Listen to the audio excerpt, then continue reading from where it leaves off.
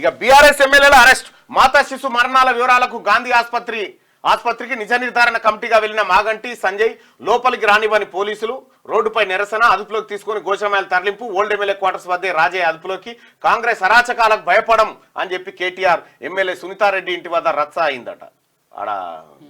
అయితే మాతా శిశు మరణాల వివరాలు గాంధీ ఆసుపత్రికి ఇవ్వాలి. అయితే విషయం ఏంటంటే ఇక్కడ జరిగే కుట్ర ఇది ప్రజలారా బాగా గమనించండి. ఇది నేను మొన్న ఒక అధికారితో మాట్లాడితే తేలింది. చాలా షాకింగ్ విషయం ఏంటంటే, ఇప్పుడు నీలోఫర్ ఆసుపత్రి ఉంది.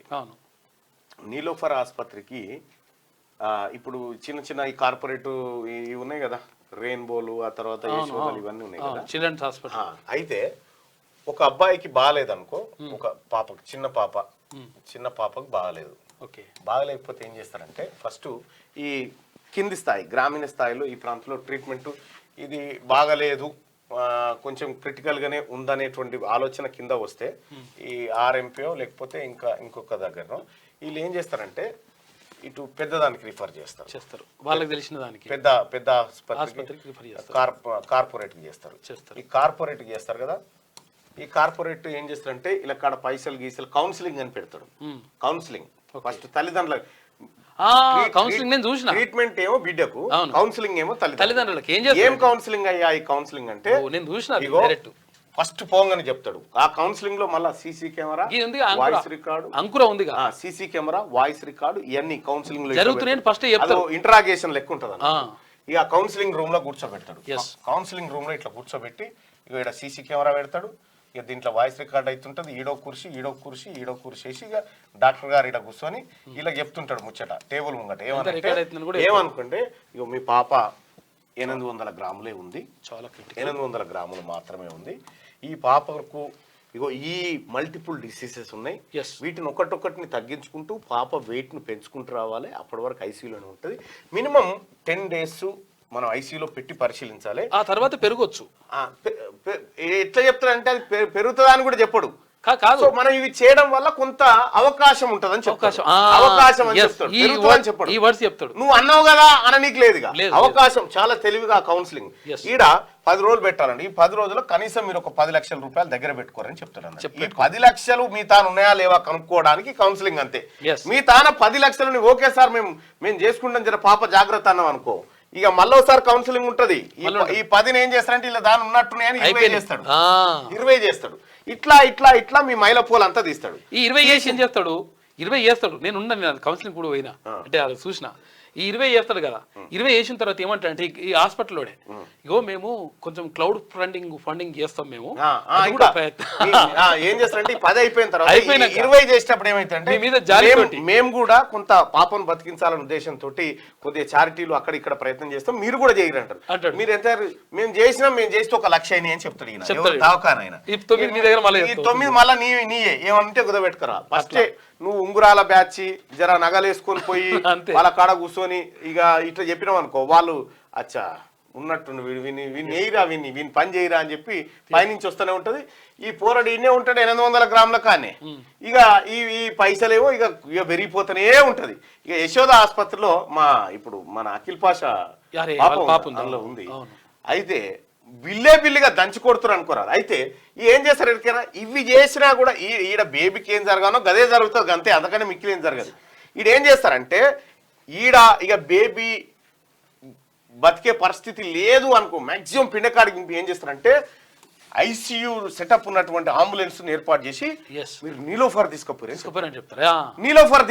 చెప్తాడు. అంటే మనం మాక్సిమం ప్రయత్నం చేసినాం కానీ నీలోఫర్ ఒక్కటే మనకున్న ఛాన్స్ అని ఏం చేస్తాడు, ఈ బతకలేని పసిగుడ్డును పట్టుకొని నీలోఫర్ కురికొస్తాడు. నీలోఫర్ కురికి రాగానే నీలోఫర్ లో బెడ్లు ఖాళీగా ఉండయి. ఎందుకంటే ఈ మొత్తం తెలంగాణ రాష్ట్రంలో ఉన్న అన్ని కార్పొరేట్ ఆసుపత్రుల నుంచి క్రిటికల్ గా ఉన్న కేసులన్నీ నీలోఫర్ కు ఇల్లే తోలుతారు. ఇక సాగు బతుకల మధ్య ఉన్న పిల్లల్ని పంపిస్తారు. అయితే ఈడికి రాగానే వీళ్ళు ట్రీట్మెంట్ మొదలు పెట్టగానే ఈడ పాప చచ్చిపోతుంది. పాప చచ్చిపోగానే ఏమవుతుంది, నీలోఫర్ చచ్చిపోయిండ్రు. గవర్నమెంట్ దవాఖానలో అమ్మాయి డెత్. ఏం జరుగుతుంది అంటే పాప చనిపోయిందని చెప్తారు. ఏడ చనిపోయారంటే నీలోఫర్ లో శిశు మరణాల రేట్ ఎక్కువ ఉందంటారు, గాంధీలో ఎక్కువ ఉందంటారు. ఓరి గాంధీ కాదురా గాడిదలు మీరంతా. గానీ నేను చెప్పేది వింటారా, ఈ ఈ కార్పొరేట్ దొంగలు ఎవరైతే ఉన్నారో Yes. వీళ్ళు పేదోళ్ళ రక్తం దాగి గాంధీ దవాఖానా ఉస్మానియా దవాఖానా అని చెప్పి వీడికి పంపించి వీళ్ళ మీద నూకేస్తారు అన్నట్టు. ఎస్ అందుకే మరణాల రేటు యశోదలో తక్కువ ఉంటాయి, యశోద రెయిన్బోలో తక్కువ ఉంటాయి. ఈ గాంధీ నీలోఫర్ ఇక్కడ ఎక్కువ ఉంటాయి. ఎందుకు ఎక్కువ ఉంటాయి అంటే సేమ్ క్రిటికల్ పొజిషన్కి వీడికి పంపిస్తారు అన్నట్టు. సహజంగా పేదోడు ఏం చేస్తారు, ఎంత లేనోడు కానీ బిడ్డకు బాగాలేకపోతే ఆన్నో ఇన్నో తెచ్చి ఫస్ట్ ప్రైవేట్ దవాఖానకి చేసుకొని పోతారు. ప్రైవేట్ లో మైలపూర్ అంత అయిపోయాక మనం నీలోఫర్కి పోతాం. కానీ అదే నీలోఫర్కి పోతే ఇటు ఆర్థికంగా సేవ అయ్యేటోనివి, బచాయించేటోనివి, అప్రపాలు కాకపోయేటోనివి, అవకాశం ఉంటే పాప బతికేది. ఎస్ వాళ్ళ ఎక్విప్మెంట్స్ వాళ్ళు ప్రయత్నం చేస్తారు. ఇదే ఇప్పుడు మీరు ఎవరైనా దీనికి హాజరైరా, దీనికి హాజరైరా ఉంటారు. ఇప్పుడు ఈ అంకుర్ హాస్పిటల్ అదే చేస్తారు, ఈ అంకురాలు అదే ఉన్నది. అంకుర బ్రాంచ్లు అన్నీ అదే, అన్ని బ్రాంచ్లలో. మీరెవరైనా ఈ డాక్టర్ల కౌన్సిలింగ్ హాజరైన వాళ్ళు, మీకు ఎక్స్పీరియన్స్ ఉందా బైసాబ్ నేను చెప్పింది? ఉంటది కొంతమంది ఉంటారు.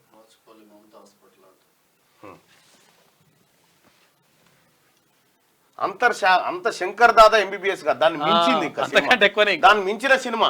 నువ్వు ఏమీ లేదు, నువ్వు ఫస్ట్ ఆడికి పోయినావు అనుకో, సారు ఎట్లన్నా చేయి, సారు ఎట్లన్నా బతికి, సారు పేయి మీద బంగారం కనిపించదు మల్లాలకు.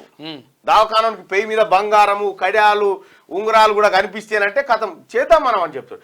నీవు ఈ వట్టి పసుపు తాడుతోటి ఏం లేకుండా ఒట్టిదే సొప్పబెండు పెట్టుకొని పో, ఈడ కాదమ్మా ఇట్లా చాలా కష్టం కాదు తీసుకెళ్ళండి అని చెప్తాడు. నీకు ఇగో ఎక్స్పీరియన్స్ ఉంది కదా, 100% కరెక్ట్. ఇగో ఇదే జరిగేది,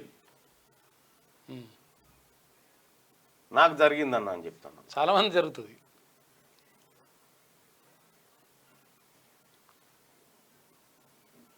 అన్న నీలిమా హాస్పిటల్ ఫ్రీగా చూస్తున్నారు, నీకు తెలియదు.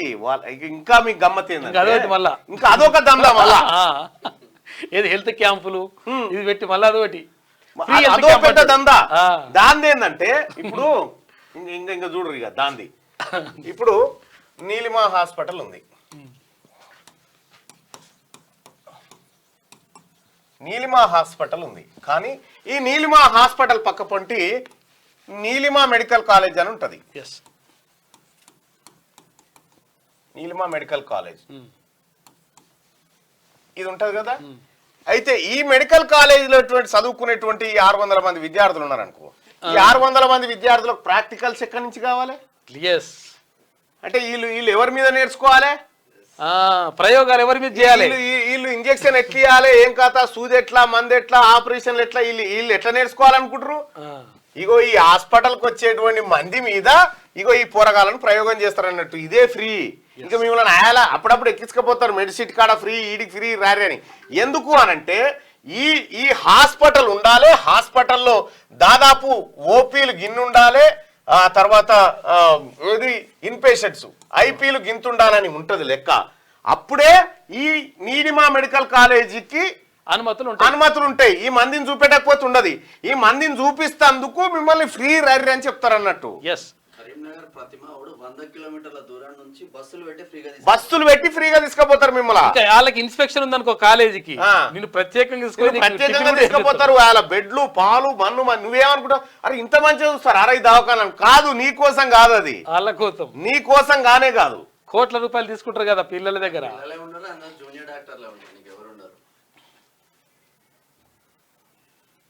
విద్య వైద్యం ప్రభుత్వమే ప్రజలందరికీ ఉచితంగా ఇవ్వాలి. నేను మొత్తుకునేది కదే, 500 రూపాయల మనకు ఓటు కోసం ఇచ్చే 500 సాటుకు ఇవన్నీ అంశాలు ఉంటాయి. గవర్నమెంట్ హాస్పిటల్ స్లోగా ట్రీట్మెంట్ అవుతుంది అన్నట్టు తప్పు. అది స్లోగా ట్రీట్మెంట్ ఎప్పుడు కాదు. మీకు ఇంకా గమ్మత్ చెప్పన్నా, ఇంకా మీకు ఇంకో విచిత్రమైన విషయం చెప్తా. సపోజ్ మనం ఒక ప్రైవేట్ హాస్పిటల్కి తీసుకుపోయినాం, ప్రైవేట్ ఆసుపత్రికి పేషెంట్ని తీసుకొని పోయినాం. పేషెంట్ని తీసుకొని పోతే వాళ్ళు ఏం చేస్తారు, ఫస్ట్ ఒక నర్సు, తర్వాత వీళ్ళుండి ఏం చేస్తారంటే, సో ఫస్ట్ టెస్ట్లు, ఏం తెలియకుండా టెస్టులు రాస్తారు. 20 టెస్టులు రాస్తారు. బ్లడ్ టెస్టే 20 మాటలు చేస్తారు. బ్లడ్ టెస్ట్ ఊకే మారుతా, అది బ్లడ్ టెస్ట్ ఊకే మారుతా, మారదు కదా. ఒక మనిషికి బ్లడ్ అంటే బ్లడ్డే. ఇక్కడ టెస్ట్లు చేస్తారు. ఫస్ట్ టెస్ట్లు చేసి అడ్మిట్ చేస్తారు. ఇలా అడ్మిషన్ కార్డ్ ఇచ్చి అడ్మిట్ చేస్తారు. ఇలా పేషెంట్ పడుకుంటాడు పాపం, ఇలా పడుకొని ఉంటాడు ఆయన. పేషెంట్ పడుకుంటే ఈయనకు గ్లూకోసు, తర్వాత ఈ మూతికోటి పెడతారు, ఇవి కియ మొత్తుకుంటుంటాయి, ఇవన్నీ జరుగుతుంటాయి. అస్సలు విషయం ఏంటంటే ఏం చెప్తారంటే ఇక్కడ బయట వెయిట్ చేస్తుంటారు, పైసలు కట్టానే కడతారు.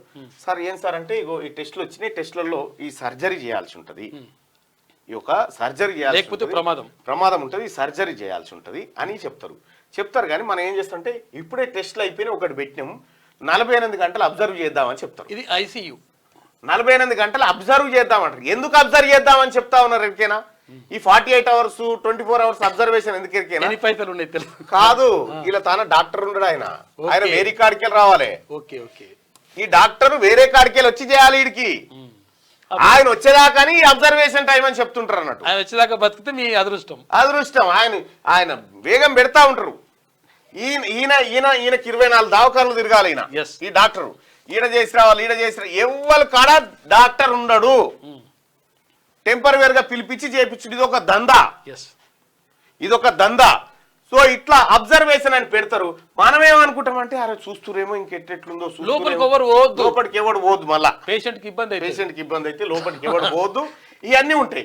ఇక్కడ వాస్తవం ఏంటంటే ఈయన గారు రావాలి ఆడికి, ఈయన వేరే ఆసుపత్రి కాడ బిజీగా ఉండడం వల్ల అబ్జర్వేషన్ టైం పెరుగుతూ ఉంటుంది అన్నట్టు. మన తాన ఇదో దందా. స్లోగా అవుతుందని అనుకుంటారు కదా, స్లోగా ఏం కాదు, జరిగేదంతా గిదే.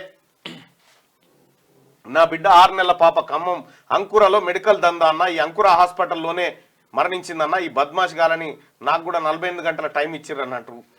చేసేది ఇదే. నేను ఇలా చిన్నపిల్లలకి ఇదో హెల్ప్ చేసో లేకపోతే వాళ్ళకి ఆపరేషన్లో ఏదో చేయిస్తున్నంటే ఉత్తగా చేయించలే, నేను బాధితుడిని. నా కూతుర్ని కూడా అంకురాలో వేస్తే సర్వనాశనం చేసిరు. అంకుర హాస్పిటల్, ఆర్ఎన్సి హాస్పిటల్లో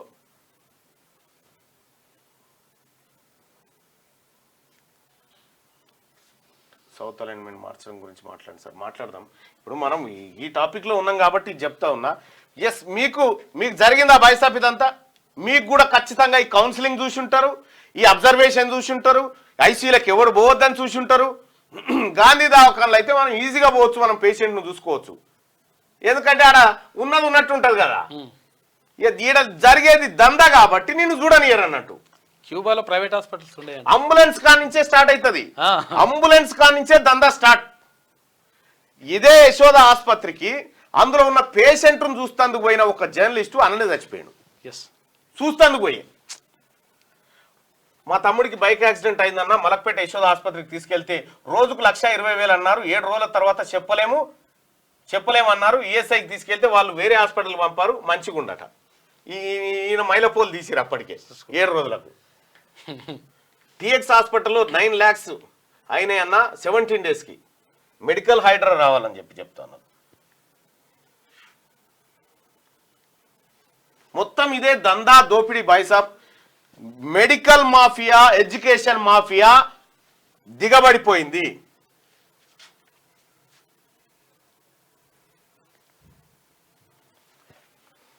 రైట్, ఇటు పోతే మేమే ఏడుకు గిది